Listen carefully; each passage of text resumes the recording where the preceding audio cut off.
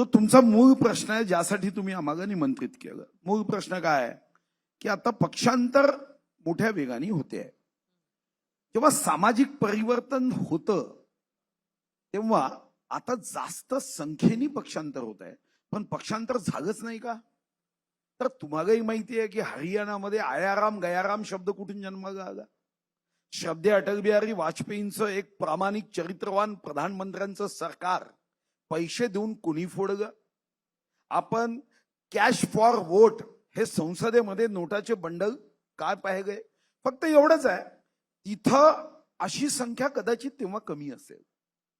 ईशान्य मुंबईमध्ये विश्वरत्न भारतरत्न महामानव डॉक्टर बाबासाहेब आंबेडकरांचा पराभव करताना बाबासाहेबांच्या सोबत असणाऱ्या निष्ठावंतांना कसं फोडलं?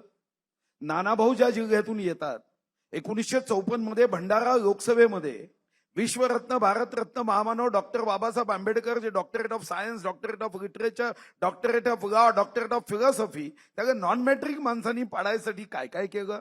आणि म्हणून हा प्रश्न हा आज नाही आहे. हा प्रश्न माझ्या मताने सत्ययुगातही होता, संख्या कमी होती. त्रेतायुगातही होता, तेव्हाही कर्ण फोडला गेला. त्रेतायुगात विभीषण प्रभू रामाकडे गेले रावणाला सोडून. तर जेव्हा एखादा माणूस त्याच्या विचाराला कंटाळतो तेव्हा सोडतो, म्हणून प्रभू रामाला दोष द्यायचा का?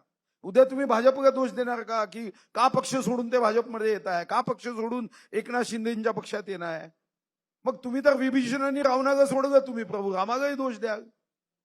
मला व्यक्तिगत रीतीने वाटतं हा असं होऊ नये यासाठी काही कायदे केले पाहिजे का?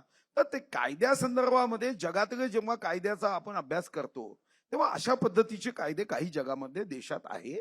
काही कायदे आपण केले, पण दुर्दैवाने विधानसभा असो की लोकसभा, आम्ही आगा कायदे मंडळ म्हणतो, पण जरा याचा एकदा रिसर्च करा की कायद्यावर जेव्हा एखादं बिल येते किती सदस्य बोलतात, वेगाने पास करतात.